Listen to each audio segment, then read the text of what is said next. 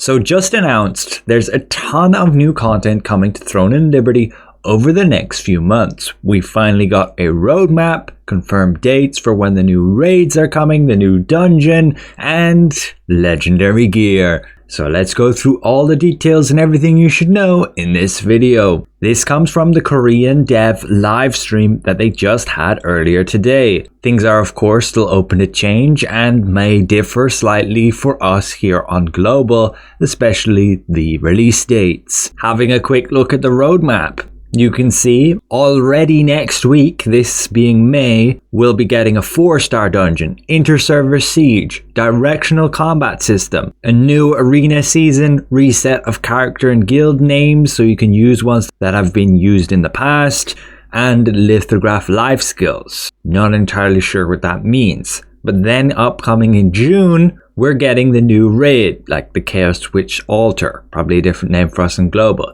Unique equipment. This is actually going to be legendary gear, and it's got some very special capabilities. It comes with skill cores and awakened Archbosses. Then later in July, there'll be the new dimensional trial for the 4-star dungeon and the summer event. And finally in August, we'll get the expert difficulty level for the new raid. So let's go through each of these in a little bit more depth. They started the stream announcing a Hyperboost season.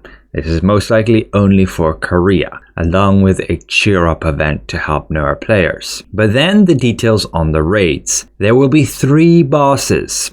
This one, and these. We do have gameplay footage of each of them as well. Still a work in progress. This boss probably being the most cool. And yeah, they're going to be massive 12-player raids. This is then the other raid boss where you have to fight ice and fire, and you will get loot just by beating up the boss. I believe then you'll be able to complete the raid in sections, not necessarily having to beat the whole thing in order to actually get rewarded. This then being that other boss.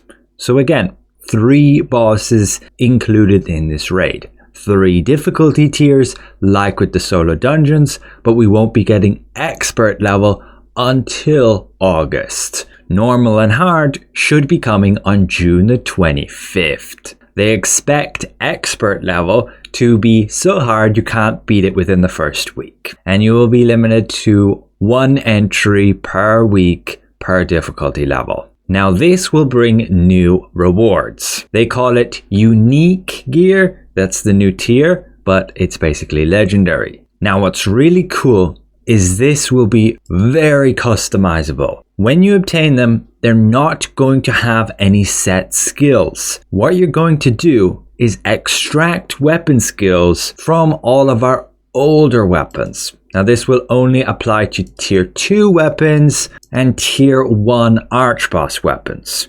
Again, you will extract that skill. So the bonus effect, if I want this devastating chain from the Bulwark of Invulnerability, I'm going to extract that from this sword, and then when I obtain the new legendary sword, I can enchant that legendary sword with that skill. You can only have 1 skill, and you can only use whatever skills were of the weapon type. So swords with swords, daggers with daggers, etc.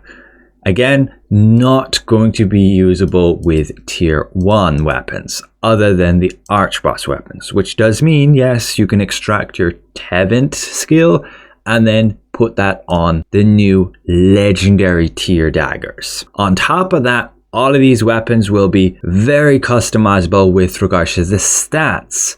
You'll be able to choose what you want. They will also have 4 trait lines, but no trait resonance, and you will not be able to use trait unlock stones. So it's probably going to be the end of trait unlock stones, as you will not need them for the next tier. Just be aware, you can only use 1 per category. You will only be able to actually make use of 1 legendary weapon, 1 legendary armor piece, and 1 legendary accessory. And yes, if you say, decide you want a different skill on your weapon later down the road because they nerf it or something, you will have the option to do so at a cost. But then we have details on the new co-op dungeon. This is going to be a 4-star dungeon with new rewards, and I assume a bit higher difficulty again than what we see with the 3-star dungeon.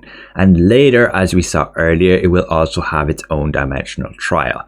They did say they'll be reworking the whole trial system, so we'll see what will happen with that. But we can see it's coming just next week, 28th of May, at least for Korea. This will use our 3-star dungeon tokens, so you can already make sure to save that and be capped out for that next week, and potentially purchase your Battle Pass contract tokens here for an extra completion or two. Now this will bring a new gear piece. Earrings. There was somewhat of a leak and a typo with regards to their patch notes before. But yes, then we'll have a 6th accessory. This will indeed allow you to have runes on it, and we'll have a new stat for directional attacks. This is what they look like. But this directional attack stat is then going to have a bunch of effects, allowing you to get like side attacks, back attacks, and even different effects for frontal attacks. The devs say this will be very meta changing, and they're worried it will become just a glass cannon DPS meta. These earrings, again, being able to give you the new stat, allowing you to counter hit, evasion, endurance more so, and they gave examples of like Bastion. It's going to give you more damage reduction if you're getting attacked by the front, and Smokescreen will no longer protect you if you get hit by, say, a back attack. So we're going to have to be quite a bit more aware of our surroundings and where we're actually getting hit from. They also did say some big PvP balance changes will be coming next week too, so we can look forward to the patch notes next week for that on Tuesday with the Korean update notes. They did also announce Interserver Siege, that's coming next week. Could be random matchmaking between servers, you'll take turns attacking and defending, and rewards will be like Lucent and Solent, and there will also be a participation reward. And if your server wins Interserver Siege, your whole server will get like a combat buff. Then the Awakened Archboss event.